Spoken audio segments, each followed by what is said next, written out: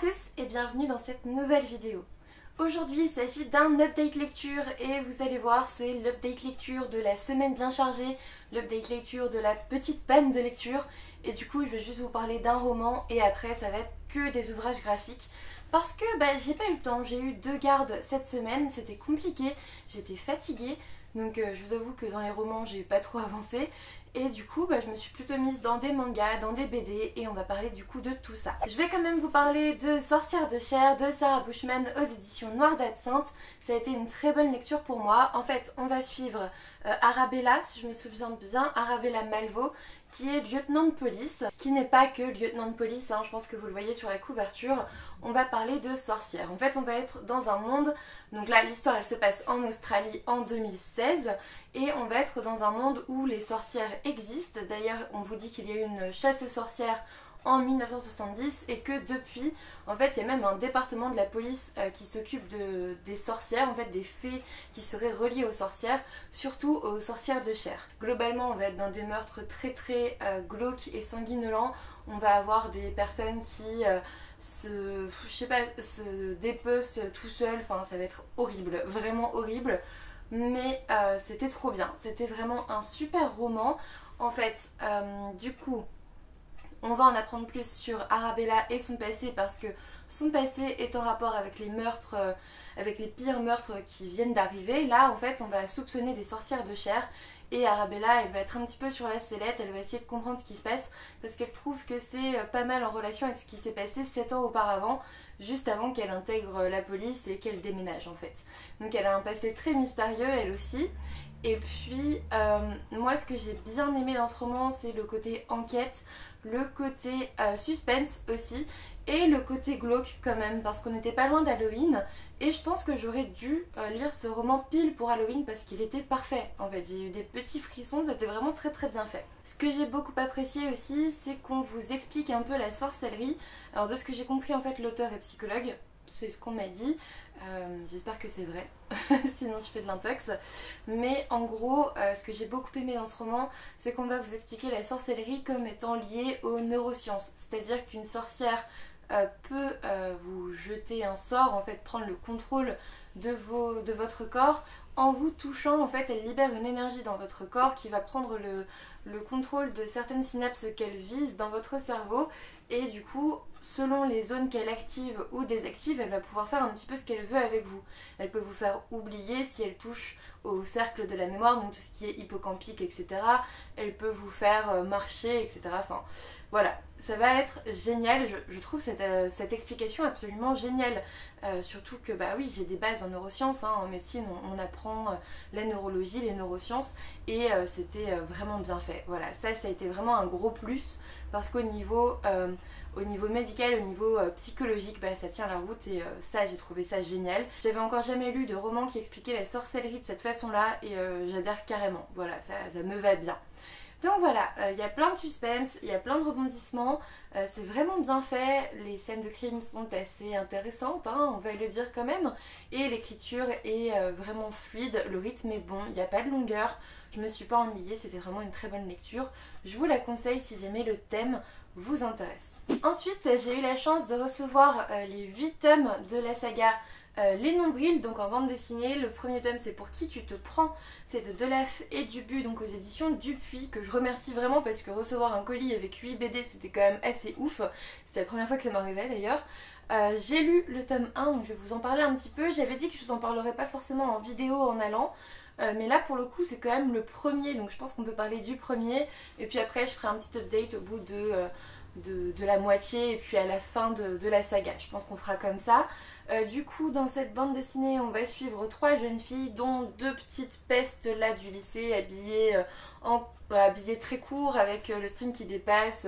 Ce sont des allumeuses qui ont besoin de beaucoup d'attention sur elles en fait. Et on a Karine qui est un peu trop grande, un peu trop fine, un peu trop moche aussi on vous dit.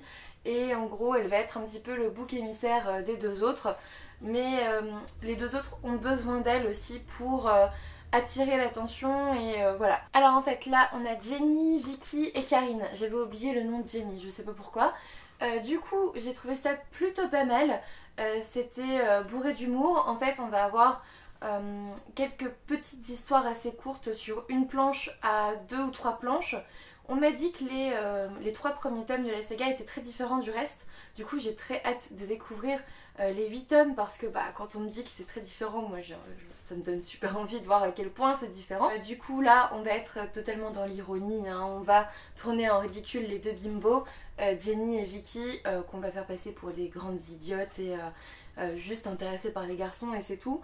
Et je me suis beaucoup plus attachée à Karine qui a une certaine profondeur, qui s'y retrouve pas trop dans ce trio là finalement.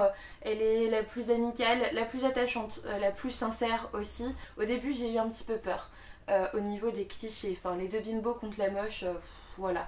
Et en fait le côté humoristique est très bien mené et du coup on oublie rapidement ça et bah oui, les deux bimbos, en effet, elles sont comme ça, mais on les tourne un petit peu en ridicule. Et j'ai hâte de voir un petit peu plus de profondeur aussi dans ces personnages-là. Je pense que voilà, il y a 8 tomes, donc clairement ça a bien marché. Et je pense que je suis pas au bout de mes surprises.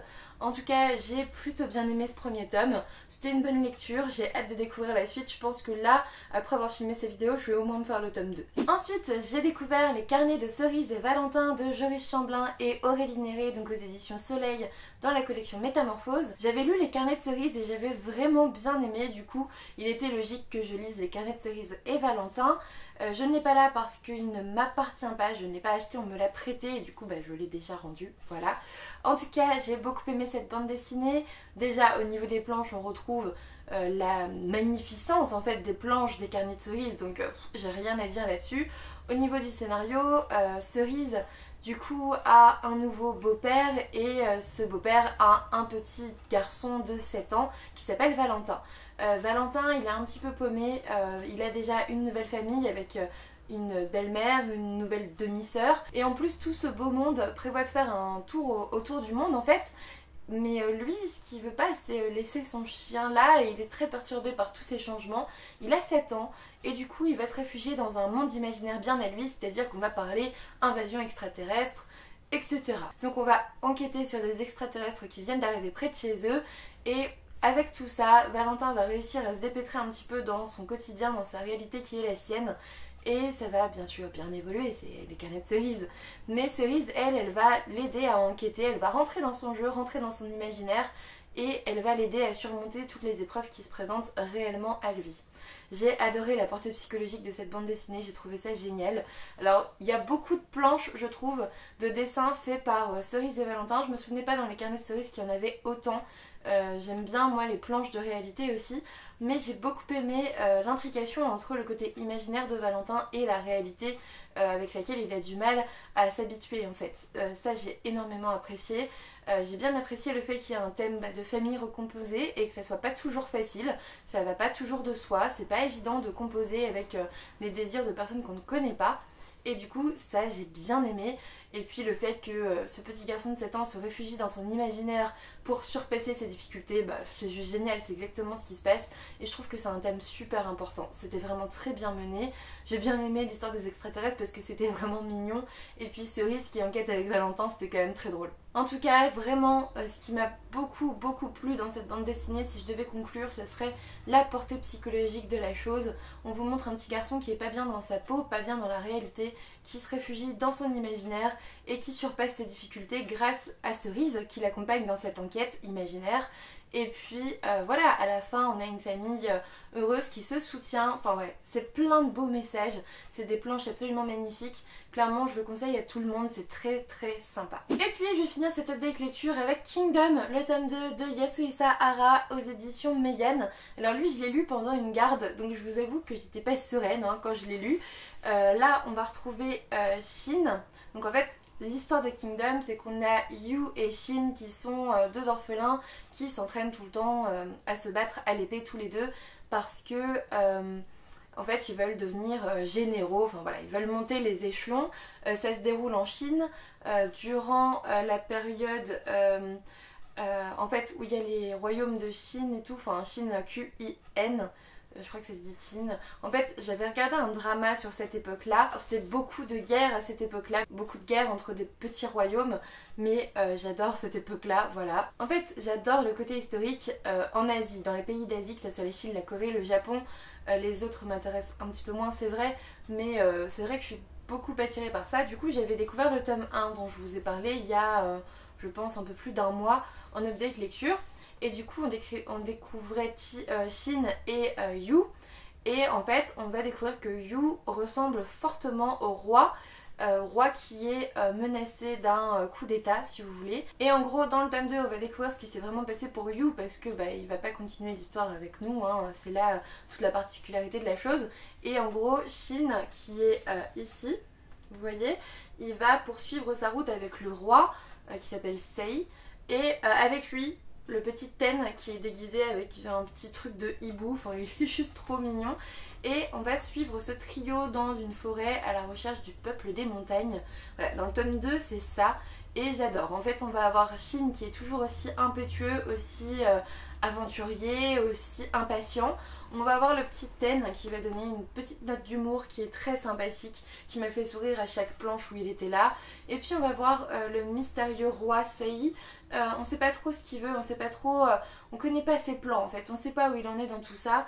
Et ça aussi c'était très intéressant. Et on va découvrir le nouveau peuple des montagnes qu'on ne connaissait pas avant. Et en gros on va les appeler les 300 bruts, ces peuples des montagnes, donc ils sont un petit peu effrayants quand même.